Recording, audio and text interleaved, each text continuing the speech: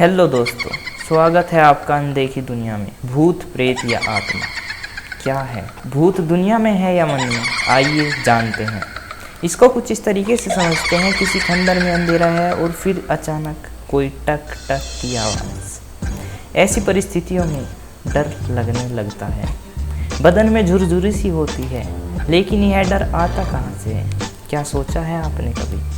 डर या भय, इसका सामना हर इंसान को करना पड़ता है। क्या वाकई कोई चीज़ हमें डराना चाहती है, या फिर इंसानी दिमाग ऐसा भ्रम पैदा कर हमें असुरक्षित महसूस कराता है? असाधारण घटनाओं का वैज्ञानिक अध्ययन करने वाली पैरासाइकोलॉजी इसी डर का जवाब खोजने की कोशिश कर रही है। एक यूनिवर्सिटी में मनोवैज्ञानिक विभाग के प्रमुख डॉक्टर कायरन ओकिफ कहते हैं, पैरासाइकोलॉजिस्ट मुख्य रूप से 3 प्रकार की रिसर्च में शामिल है। पहला है विचित्र किस्म का आभास। इसमें टेलीपैथी, पहले से आभास होना या परोदर्शन जैसी चीज़ें आती है। दूसरा है मस्तिष्क के जरिए कोई काम करना, जैसे बिना छुए चम्मच को मोड़ देना। तीसरा है मृत्यु के बाद का संवाद, जैसे भूत प्रेत या आत्माओं से संवाद। असाधारण घटनाक्रम से जुड़े मनोविज्ञान को समझने के लिए वैज्ञानिक न्यूरोसाइंस की मदद ले रहे हैं। असामान्य परिस्थितियों में कई बार हमारी आंखें अलग ढंग से व्यवहार करती हैं। कम रोशनी में आँखों की रेटिनल रोड कोशिकाएं सक्रिय हो जाती है और हल्का मुड़ा हुआ सा नज़ारा दिखाती है।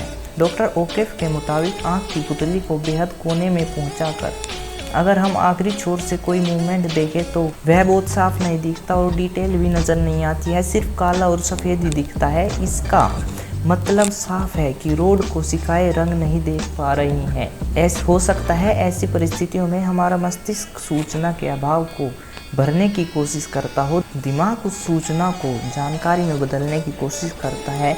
हमें ऐसा लगने लगता है कि हमने कुछ विचित्र देखा है। तर्क के आधार पर हमें लगने लगता है कि शायद कोई भूत है। ऐसे भले ही कुछ पलों के लिए होता है, लेकिन इसके बाद इंसान के भीतर हलचल शुरू हो जाती है। सांसें तेज चलने लगती है, धड़कन तेज हो जाती है, शरीर बेहद चौकन्ना हो जाता है। कुछ लोगों को बहुत ज़्यादा डर लगने लगता है और कुछ को बहुत कम। वैज्ञानिक इसके लिए मस्तिष्क में मौजूद न्यूरोट्रांसमीटरों को जिम्मेदार ठहराते हैं। वैज्ञानिकों के मुताबिक जिस तरह से हर व्यक्ति में भावनाओं का स्तर अलग अलग होता है, वैसे ही डर के मामले में भी होता है। ओकेफ कहते हैं, डरावने माहौल में कुछ लोगों के मस्तिष्क में डोपामिन का रिसाव होने लगता है।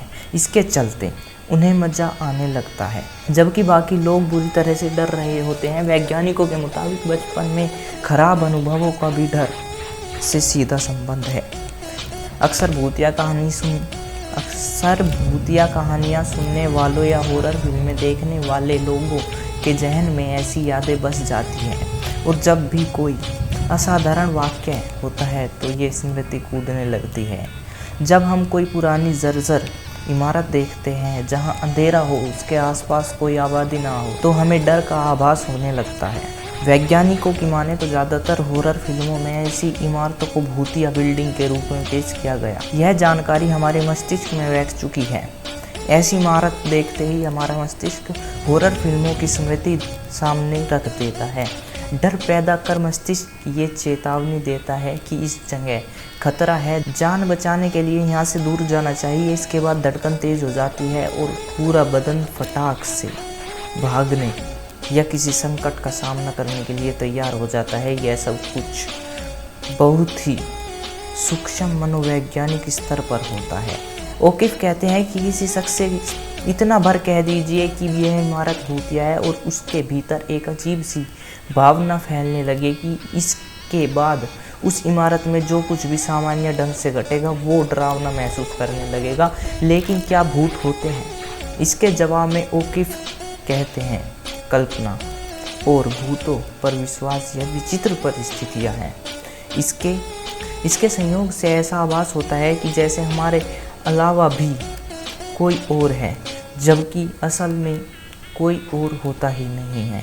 लेकिन किसी चीज़ को बिना छुए उसमें हलचल कर देना या फिर पूर्वाभास, टेलीपैथी जैसे वाक्य अब भी विज्ञान जगत को हैरान कर रहे हैं। ओकेफ जानते हैं कि मस्तिष्क की कुछ विलक्षण शक्तियाँ अब भी विज्ञान के दायरे से कोसों दूर हैं।